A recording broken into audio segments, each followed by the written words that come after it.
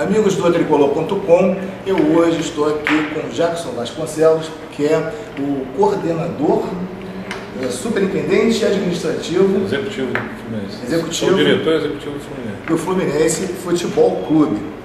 Bom, antes de começar a entrevista, eu queria fazer uma pequena introdução, até para poder fazer uma pergunta para você, Jackson.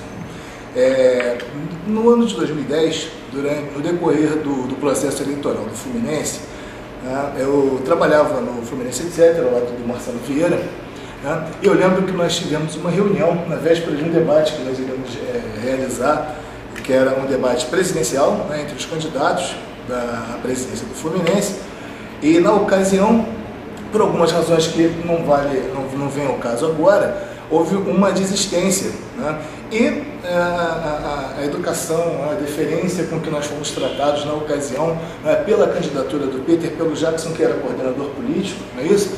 E pelo Daniel Cohen, que nós tivemos um almoço, inclusive, para poder discutir. Nós tentamos convencê-los, não conseguimos, pelo menos nós tentamos, e claro, agradecemos, até reitero aqui o agradecimento pela cordialidade, pela gentileza, inclusive de estar aqui me recebendo mais uma vez.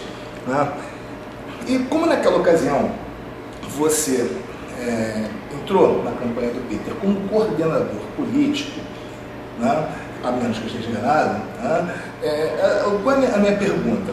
O seu papel dentro do Fluminense, ele é um papel administrativo, é um papel político, gerencial obviamente, mas ele é um papel administrativo, ele é político, ele é administrativo e político?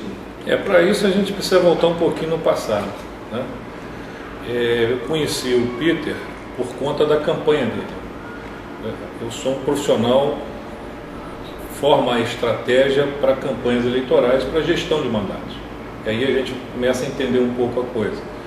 Porque o que a gente entende é que a gestão correta do mandato eletivo, ele é o cumprimento do seu compromisso de campanha. É assim que eu trabalho no mercado. Geralmente os meus clientes de campanha, eles se estendem como clientes na gestão.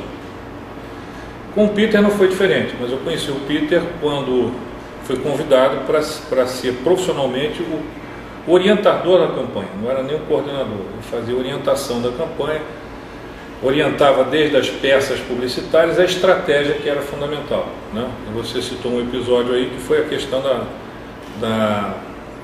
na época do duelo que haveria entre ele e o candidato, o outro candidato, que era o Júlio Bueno, através de um debate, um duelo de ideias, que seria um debate na TV.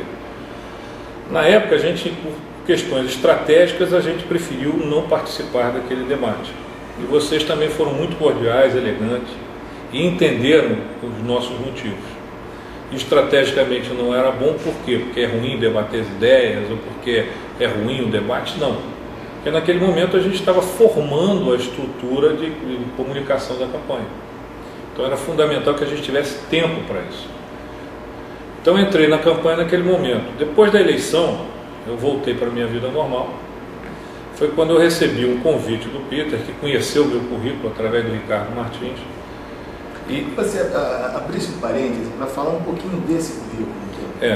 E aí ele conheceu o meu currículo é todo formado em gestão pública. Fui funcionário do Banco do Brasil durante quase 30 anos. No Banco do Brasil, como funcionário do Banco do Brasil, tive muitas vezes em governo, participei do Ministério da Educação como assessor do ministro, fui assessor do ministro da Fazenda durante muito tempo, estive na Caixa Econômica Federal como coordenador de um programa habitacional. Na época o presidente da Caixa era o senador Marcos Freire, que faleceu depois quando foi convidado para ser ministro. Então a minha experiência em governo era muito grande. Peter entendeu que a experiência de governo, a formação na área pública, poderia ajudar muito na condução do processo dentro do Fluminense, que é uma casa muito política e muito parecida com o desenho da administração pública. Eu costumo sempre dizer o seguinte: quando a gente olha o Fluminense do ponto de vista de gestão corporativa, ele parece muito uma prefeitura de médio porte, onde o poder executivo está constituído pelo presidente, pelo seu conselho diretor, e o poder legislativo está configurado no Conselho Deliberativo, que é também um pouco de poder judiciário, porque ele, na época da eleição, ele se transforma no poder judiciário eleitoral, porque ele é que conduz o processo eleitoral. Então, quando a gente olha essa configuração, a gente vê muito ela funcionando. Na campanha, isso a gente também viu. Na campanha, você tinha grupos políticos se organizando em torno de candidaturas. Né? O Peter teve a inteligência de organizar 5 grupos políticos em torno dele. Então, por conta disso, quando o Ricardo Martins conheceu mais profundamente o meu currículo de formação em ciência política e economia, uma grande parte da minha vida em governo, e o Ricardo entendeu que poderia ser uma colaboração importante, o Peter se convenceu disso. E naquele primeiro momento, o Peter me convidou para vir para o Fluminense numa função muito executiva. E eu impus a condição de que a gente fizesse um contrato por um ano só. Porque no ano seguinte, a gente entrou em 2011, em 2012, eu teria campanhas eleitorais, que é o meu forte mercado. E eu gostaria de, no ano seguinte, a 2011, ficar liberado do processo no Fluminense. Mas durante o período de 2011, tanto eu me apaixonei pelo trabalho, quanto o Peter entendeu que era importante que esse trabalho tivesse continuidade. E aí eu recebi um convite dele para que a gente estendesse esse contrato por mais um pouco de tempo. Você se tornou o braço direito do Peter? Uma outra pergunta. Não seria bem um braço direito, quer dizer, eu sou, na configuração corporativa, eu sou o executivo do presidente. Qual é essa figura? É quase como se fosse o braço direito. Eu sou o executivo do presidente. O que é o executivo do presidente? É aquele que executa a estratégia elaborada pelo presidente, pelo conselho diretor. Então, a parte tática e a parte operacional, ela é de minha responsabilidade direta. E esse desenho, o Peter, de certa forma, defendeu na campanha.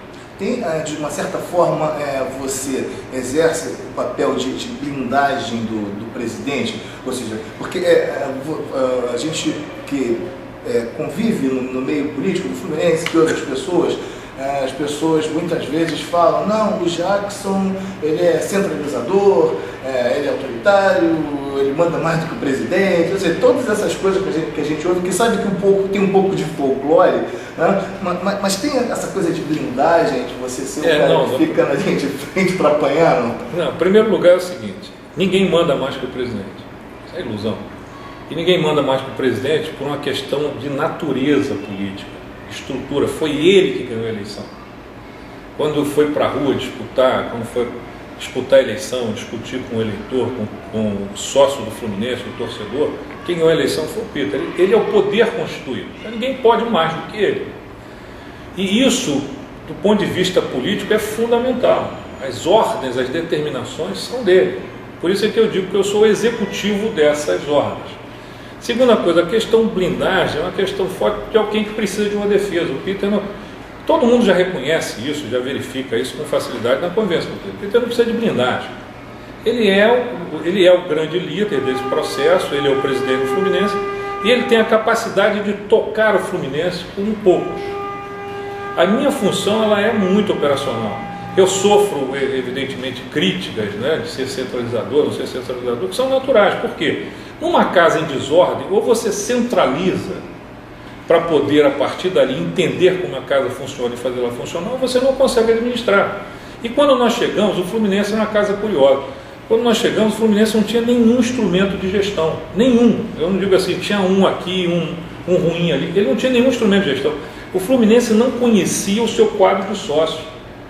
O cadastro de sócio Fluminense era um HD dentro de um computador velho na secretaria. O Fluminense não tinha a figura do fluxo de caixa constituído. O Fluminense, todo mundo que vinha para o Fluminense receber seus pagamentos como credores, eles ganhavam no grito. Quem gritasse mais levava.